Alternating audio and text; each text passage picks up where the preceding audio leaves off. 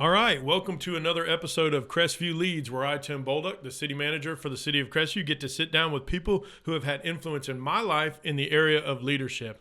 And today's an exciting day for me because I've got with me a good friend and a special guest, Mr. Dick Rynearson, the mayor of the city of Fort Walton Beach. Welcome. Hey, good morning, Tim. I'm just happy to be here. Really am. I'm really happy to have you here. Mayor Rynearson and I worked together at the city of Fort Walton for some time. Family friends, I've worked with his son-in-law, and then now I employ his grandson. And so we'll get to some of that stuff a little bit later on. But again, welcome, and I appreciate you taking time out of your day to hang out with me.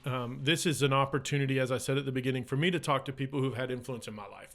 And so I served with you at the city of Fort Walton. I've watched you work as the mayor, as a city councilman, and we're going to talk a little bit about that. But some of the reasons why I think you are a good leader, the type of leader I want us to talk about on this podcast.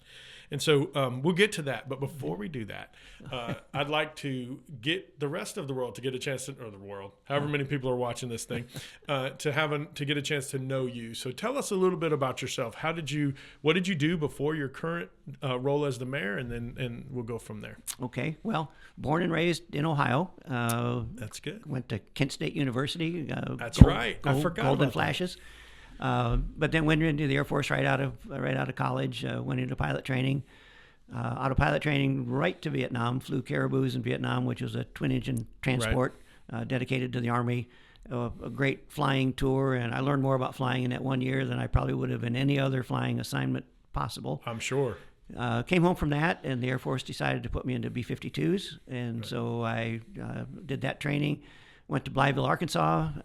Had a phenomenal crew there. We were there. I'd been there a little over 2 years, and suddenly it was back to Vietnam. All this way, we went to Guam. Deployed with our squadron. Went to Guam and did 2 6-month. Flew tours. missions out of Guam then? Flew out of Guam over South Vietnam, and then at the end of the war over North Vietnam, we did the 11 days of Christmas. Oh, wow. The bombing that ended the war. And came home from that, and then they decided at that point the war was over, and the Air Force had too many pilots. Right. And they said, gee, what are we going to do? And they said, well, you're an engineer by degree, so why don't you go to Eglin and play engineer? So we got to Eglin, and I got assigned to work on the Maverick missile, which is an air-to-ground missile. And it was supposed to be a 3-year tour. It lasted 4.5 years. I absolutely loved what I was doing. Very cool. And as a side job, they let me fly T-39s, which was the general's airplane, and we flew the general all over wherever he wanted to go. So it was a great 4.5-year tour. The general. So it was the general that was the base commander at Eglin. Is that the general you were flying? Yes, Very cool. So these Mavericks, you said? I did. I worked on Maverick missiles for 4.5 years. Right. And so was that? So Eglin. Not everybody knows this, but really Eglin, we're known for testing, developing. That's what we're known for. So were you in the development stage, testing stage? We were in the development stage. Maverick had been around for a while, but it had been either television guided or electro-optical guided, and they decided they wanted an infrared version, infrared guidance. Oh, wow. Okay. So that's what I dedicated myself to, was putting an infrared seeker on the front of a Maverick. And very cool. Absolutely loved it because we got to blow up tanks and trucks and APCs. Right. That's what people... It was the fun part of the job. Yeah, that's what they do out here. Yeah. Is blow that stuff up. That's very cool. That was cool. But then Maverick was coming to an end, and so my boss at the time said, well, you've done air-to-ground stuff, or we always called it air-to-mud. He says, you ought to get into air-to-air. That would be a lot more fun. So that's shooting a missile off one airplane, trying to shoot down another airplane. Very cool. Very complicated. So very complicated. Yeah. But I got into that business as well. But anyway, I should have said, we left Eglin. I was still in the Air Force, and they sent us to Fairchild, Washington. And I was back into B-52s. Right. And did that for a while. And then the Air Force decided to take me out of the cockpit and put me in the command post. That I didn't. That was not my choice, and I didn't really want to do that. Right. So I've done that for a little while, and my wife said one night I came home from work, and she said, hey, stay up with me and watch the news, will you please? Right. 11 o'clock news. So I did, and there was a reporter standing out in front of Hughes Aircraft Company in California, and the byline of his story was, Hughes is playing Santa Claus to engineers. Very cool. It was December, so it made sense. Crafty marketing. The next morning, I called my friends at Hughes that I'd worked with on Maverick for all those years, And before that phone conversation was over, we had 2 airplane tickets to fly to California and interview. Fantastic. And so we flew down. Janie was showing a bunch of real estate. I interviewed in the plant.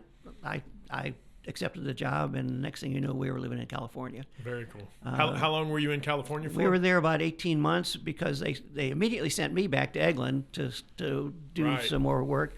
And so I was flying back and forth every other weekend. And finally I approached the company and said, Hughes, and I said, you're sending me to Eglin all the time. Why don't you just move me to Eglin? Right. And my boss at that time said, well, give me a proposal and we'll see what we can do. So I wrote a proposal, handed it in, heard nothing. It was crickets for 6 weeks. And then he came down to Florida and watched what we were doing down here. And I asked him, I said, what about my proposal? And he said, well, you had a major flaw in it. I said, well, really? What did I do? He says, well, you put money in to move you to Florida, but you didn't put any money in to ever move you back to California. Right. I said, oh, was I that obvious? And he said, call the moving truck. They're still doing that now, coming from California to Florida. That's happening a lot right now. That's right. So he said, call the moving truck, you're going to Florida. Nice. And he said, I can only guarantee 18 months. And he says, we may have to do something else. Well, that 18-month assignment lasted 27 years. Fantastic. So and then retired here at Eglin, family and everything. Right, yes. Yeah, very, very cool. So while you were doing that, so when you came back, were you still working on the design testing Well, side actually, I transitioned into the AMRAAM missile, air-to-air missile. Yep. And so I get in on the ground floor of AMRAAM, and I'm still doing AMRAAM to this day. Oh, wow. The rest of that story was after I retired from, Hughes got bought out by Raytheon, so I retired as a Raytheon guy in 2005, and I failed at retirement. Come along 2019, 14 years later, I get a phone call from KBR, the company I'm currently employed with. And they said, hey, have you ever thought about coming back to work? Right. And they're also now Santa Claus for engineers. Yeah. I said, no, I hadn't really thought about it. And they said, if you'll just give us 2 years, we'd love to have you come back for 2 years. Yeah. And that was 5.5 years ago, and I'm still there. Yeah. And I'm loving what I'm doing. I'm a program manager now with them. Still working on AMRAAM, still doing what I did for all those years, and love every minute of it. That's fantastic. Yeah. That little stretch in the middle, you went and had a little store in Fort Walton. So you went from AMRAAM missiles to wrapping coffee gifts. cups. So I can imagine that might have been well, I never, in 14 years at that store, well, my wife had the store for 24 years, right. but I never wrapped a gift. I was great in the back room receiving stuff, offloading the UPS trucks, and I could even help unwrap something to let her display it, but I never wrapped a gift. My favorite part of PS Gifts was that when I would wake up and remember that I had forgot it was Administrative Assistance Day, I could text on the way in or call on the way in and say, hey, I need something for my staff assistant. And you guys they'd have that thing all wrapped up and good to go. So then you along the way, you ended up getting into local government. And that's how we met. You came in as a councilman. I was at the city of Fort Walton at the time, working as, I think I might have been the building official when you first got there, but I ended up as the public works director. Were you there before, or were you there when Mearns was there? For both, yeah. I was there with Bob Mearns at the time. Yes. As a councilman. As a councilman, yeah, right. That's right. I remember that part now, actually. Because you were there the day he didn't come back. Yes. I got it. I remember that. I was. I remember that. I think about that all the time now that I'm a city manager, that sometime you can come and go home. But anyway, so I got a chance to work there with you. I was building official there, and then ended up as a public works and growth management director and all that kind of stuff. And so how did you get into local government? What was the catalyst for that? This was during that period of time when I wasn't playing engineer anymore. And my wife had PS Gifts, and I was helping her. Right. But I'd watch council meetings on television. Which is the most boring thing on the planet. It is, but those meetings, they really bothered me because we had a council that was very contentious, right. And they would argue about everything. Right. And I kept watching it saying, there really is a better way to do this. Right. And so that prompted me to run for council, I think, and thinking if I could get in and at least try to introduce some calm and reason with the council, that maybe we could move forward as a city. Yeah. So that was my motivation, was just to try to make it a smoother, better, more cooperative place to be. Yeah. And One of the things that we focus on, this is in general a leadership podcast. And so we talk a lot about like influential leadership and positional leadership and what the difference is and all of that kind of stuff. And so I was thinking about it when you told this story earlier, for something else we were working on with the Northwest Florida League. I was thinking about this idea or the connection between your decision to come into a position you would not have positional leadership, so you didn't have operational control, but you from the outside said, hey, maybe I can come in here and make this run smoother without that type of operational control. And so what makes you think that can happen, right? If you can't tell people what to do, how would you do that? But you can express an opinion. You can say, we can agree to disagree, but let's talk about it as adults. There's no reason to yell and scream and pound your fist on the table. That accomplishes nothing. Right. But let's tell me your position and defend your position, and I will certainly listen. And then I'll tell you my position, and I'll be able to defend it. Yeah. And if we can agree to disagree. That's fine. Right. But at least let's be civil about the way we go about it. And I expressed that several times to several people, and apparently they tended to listen. We did have a quite calm council after that time. For the majority of the time that I was there, after that initial transition. So you came in. What was that? Probably around 08, 09? Yes. Yeah. So that would have been right about the time that I got there. I think I got there around 08. Yeah. And so right at the same time coming in, there was a short stretch when I was there as the building official where there was chaos. And then there was some chaos in turnover and management and that kind of stuff. But that part was not council driven so much as it was just normal growth in any organization, right? Whenever there's a change in leadership, there's always some transition period. But absolutely. But for the majority of the time, from 08 until I left in 19, I guess it was, so it was right around 10, 11 years that I was there. It was peaceful. And I remember, and I've mentioned this to you before, I remember you being a big part of that ability to create that peace. And so, like I said then too, the Bible says that when at all possible, live at peace with everyone. And so how do you do that? Because I'm not good at it. I'll be honest with you. I'm a little bit more fired up. I get fired up. How do you manage that? How do you do that? Well, I'm an active listener. Right. And I tease that out. What does that mean? Well, I'll fast forward it to today.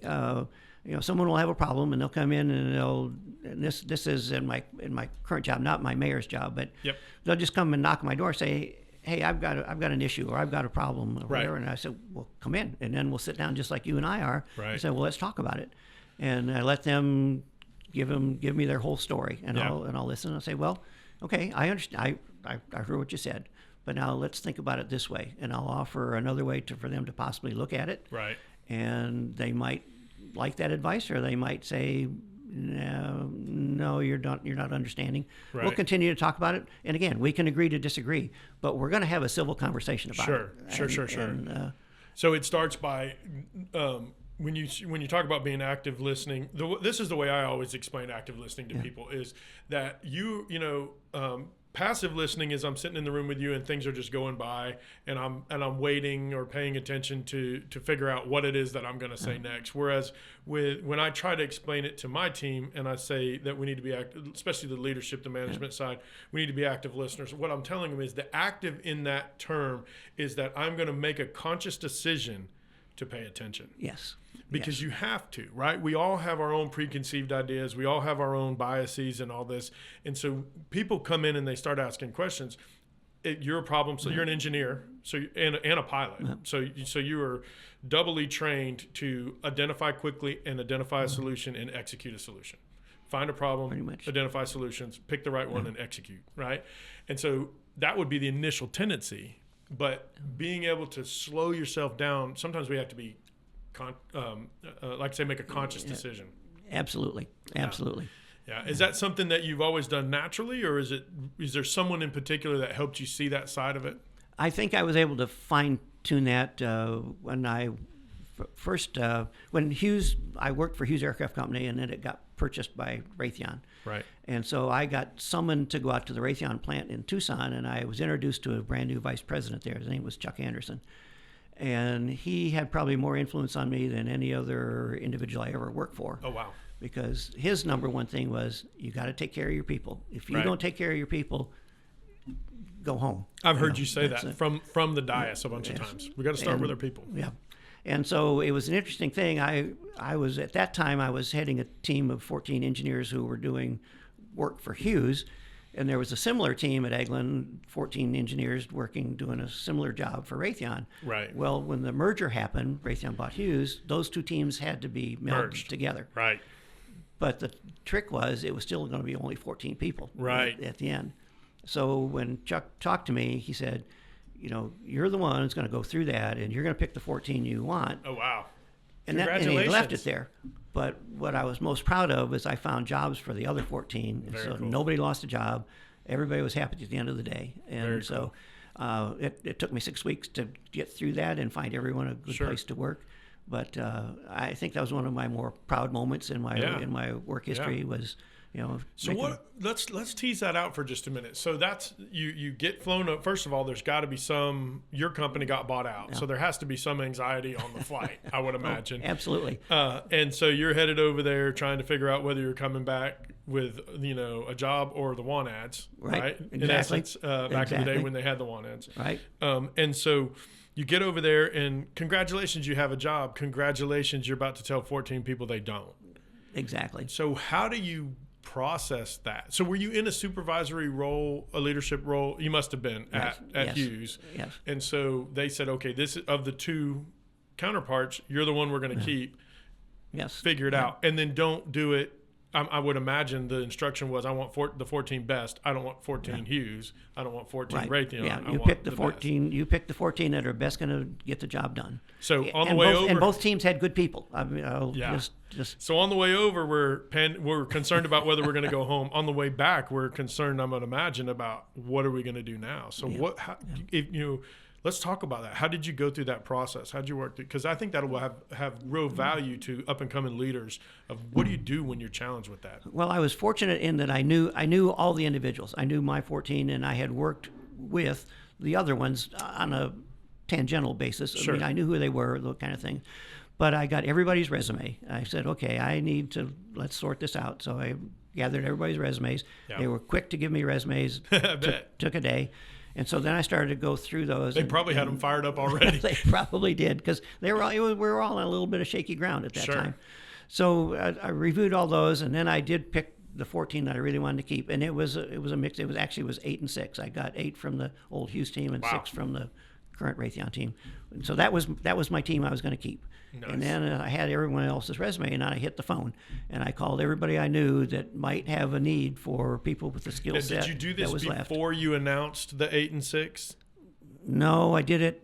I had to announce the 14 I was keeping. I had like a week to make that announcement. Okay. So I knew the ones I kept, but I went to the other 14 and said, Here's what we're I am doing. going to do everything I can to make sure you're gainfully employed. Which everybody can do, but then everybody can do that piece. Say, hey, I'm sorry, but I'm going to do everything I can, but then maybe go back on and do whatever. But you went and actually did it. Yes. Yeah. Yeah. And So- I was very fortunate. I had a lot of friends in supervisory positions Sure. that at that time who needed some good people. Right. And so I was able to vouch for these folks, not only say, hey, I've got a name and I've got a resume, Right. but I can vouch for this person. I've watched them I've work seen for them the work. last 2 years. Yeah. And they're good people. And so, and I'm knocking on wood as I say that. Yeah. I felt very. What was the very good. hardest part of that process? That conversation with them? Was it the picking or was it the face-to-face conversation? Well, none of them were fun. No. But there was never a confrontation. There was Right. never an angry moment. Everyone came in. They knew what the situation was, and I think they knew I was sincere, and I was gonna find the best deal I could. For them. I would So- not having been engaged at all, but I would 100% agree that would have been the case because just the way you carry yourself, they would have. You can't, and I try to teach this, in this podcast, I try to teach this to my team. You can't become credible in a moment. right? Everything is relational. And so when it's time to sit down and have difficult conversations or whatever it is, you're not, it's too late to go try to become a credible representation. If I sit across the table from you and I say, Dick, I really care about you, but I don't know anything about you. I don't know anything about your family, your kids, or anything like that. How credible is that conversation going to be? Yeah, it's superficial at best, and at best. At best. And so you would have had to have already built that so that they would have enough enough belief in you and what you're telling them that's actually what was going to happen. That's very, very cool. Anyway, it was fun. So, I look back at that and it was, I learned a lot, and I still look back at that as, a trying time, but a good time. Right. Yeah. It makes you better, makes you stronger. For sure. What were some of the other challenges you faced along the way as a leader? What are some of the other difficult stuff you had to navigate? Well, we still have some navigation problems today with we have a city council that's assembled today that doesn't necessarily cooperate. Always get along. There's definitely two different points of view on almost everything, every subject we deal with. And so it's this last year and a half with this new council has been a little bit challenging. Right. But we're honestly making progress. We're getting smoother and smoother, and we're getting there slowly but surely. Yeah. So it's been a challenge this last year and a half. That is difficult. And there's a lot of times from the outside. And so I have some personal investment in Fort Walton, like pieces of my life are given to that down there, and so, I worked with Michael the whole time that I was down there this time, and got an opportunity to be a part of some of the big stuff that you guys were doing with the parks and with Around the Mound. And I remember when Michael and I, when Merns left and Michael came in as the city manager and I was in as the CDS and Public Works director, we had tremendous amount of vacancies on 98. It was, if I remember correctly, I want to say it was like in the 60% vacancy rate, and it was tattoo shops and a couple of bars and stuff like that. And over the years, we saw those buildings fill up. We saw people buy in. We did concerts and all that stuff. And so from the outside, for me up here, I love what we're doing up here, but obviously that's a piece of my life down there. I'm watching it and going, man, I hope they don't unravel all of the hard work. So how do you do that from sitting on the dais? You got to be like, ah. Well, I'm internally, I'm a little bit, but I don't try to show that and, try to keep it calm and peaceful. But you're talking about vacancies on 98. I'm going to digress just a little bit. Yeah. We built the new rec center about 8-9 years ago now. Yeah. And an unintended consequence of that were we started hosting tournaments, baseball and otherwise. 4,000 ball players at a time sometimes. Exactly. And it started out small, but with these tournaments built, people coming from out of town, from Tennessee, Alabama, Texas, Louisiana, wherever, they needed a place to stay and didn't really want to pay beach prices to stay out on the beach. Right. Because they weren't going to be on the beach. Right. So next thing I know, hotels are popping up left all and up right. and down 98. And I got a call from one of the hoteliers. This was 2 years in, and he said, Mr. Mayor, you're not charging me enough taxes. Nice. Wait. Now that never we can fix that. that never happens. And I said, excuse me? And he says, sincerely, he said, I'm running at about 94 to 96% occupancy. And he says, that never happens in my business. But because of what you've done with the rec center, that's so cool. We're doing that now. And so, I knew we were onto something, again, unintended consequence. I knew we were going to have a great rec center. Yeah. I knew we'd probably host tournaments, but the rest of that story, I had never connected the dots. Right. And right. So it's not only hotels, but it was restaurants. How much of it is the intrinsic, unintended third order consequences that we see? Yeah. A lot of times we focus on those third order negative effects, but we don't necessarily look back.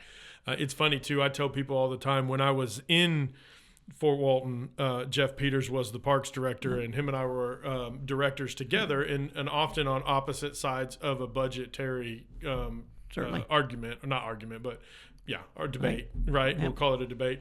And so I would be like, God, this guy wears me out. Why do we put so much effort into parks and recreation back and forth? And then I became a city manager and immediately hired a Peters because what I figured out was that, I wanted somebody equally as passionate about that program. And so it's interesting how perspective changes things. And we're in the process of working on our rec center. And so you'll have both of those boys will have their fingerprints on big history. It's very, very cool how that works. I love the idea of, as we emerge as leaders, staying in our, where we're raised and having that fingerprint on what it looks like, what it's going to look like for the future is such a big deal for sure. We one of the questions I love to ask in this podcast, and it's hard to imagine we're almost at 30 minutes. It goes by so quick. It goes by quick. I appreciate you again taking time and hanging out with me today to do this. But if you look back over your career and you think about all of the different, you've already mentioned one particular influential leader in your career, but if you look back, it can be in your life. It doesn't even have to be from a business perspective. And you look at leaders that you've been in contact with, people that have in some way influenced your life. Who is someone or a couple of someones that stands out to you, and what about them would make you want to be like them? Yeah, I'm actually going to go back to Chuck Anderson, who I didn't know him at all when I got summoned out to Tucson, but we became really good friends for the next 2 years. And we would chat on the phone. He would call me and tell me he was a senior VP and had a big organization to run. Right. But we would just pick up the phone and talk to each other. Very cool. I had a lot of respect for him. I think he felt the same way about me. But every time I went to Tucson, we made it a point to sit down and just roll up our sleeves and just get chat. the work done. And he could tell me about some of the crazy things that were going on in his life, and I would do the same. And he was the leader I probably respected the most in my career. Right. Was it something in particular, just being approachable maybe? I think so. Yeah. I think so, because he was never Mr. Anderson or Vice President Anderson. He was Chuck. Right. Very, very cool. That made a big difference. Yeah. Yeah. And I would say that I see that in the way you carry yourself. For sure. It doesn't matter. Kim and I, my wife and I, Kim and I, every time we see you and Janie at any event, you're all, your smile, Janie's smile always just lights us up. It's comes from a genuine place of just being, caring genuinely for people. And I think, I tell it all the time on here, everything begins and ends with relationships. Nobody will believe you if you don't really care about them and stuff. So very, very cool. So, anything that any kind of advice that you would give to young and up and coming leaders, or old and up and coming leaders, as we get out of this podcast, is there anything that you would want to share with them about how to be a good leader, how to leave a good legacy? Well, I don't know. Keep your eyes and ears open. There's always opportunities out there. They may be hidden, but they're out there. Right. And don't be afraid to step out on something. If there's something you truly believe in, and you've done your homework and it's a good and just cause, then don't be afraid to go after it. I love it. And do it. If you're passionate about it, you can make it happen. Yeah. So. Very, very good. Very good. Well, thank you so much for hanging out with me. It's been a pleasure. I'm glad you were up here for something else and I could talk you into this. This is great. It's been a good time. I appreciate you. I appreciate your leadership in Fort Walton, your leadership in the League of Cities, and just in our community. And so I appreciate getting an opportunity to know you. I appreciate the fact that your grandkid's doing a great job for me. And so it's been a blast, and we'll definitely get you back out to do it again. Well, Tim, I appreciate it, and I've loved every minute of being up here. I love coming to Crestview. Yeah. You've got it going on here, and that makes me really, really happy. We're having some fun for sure. So, well, listen, thank you so much for those of you who watch it. If you like it, go ahead and share it. It's on all the different podcast platforms. If you have a topic that you'd like for us to discuss as it relates to leadership, or maybe somebody that you would like for me to interview, go ahead and put it down in the comments, and we hope that you have an amazing day, and that is why Crestview leads.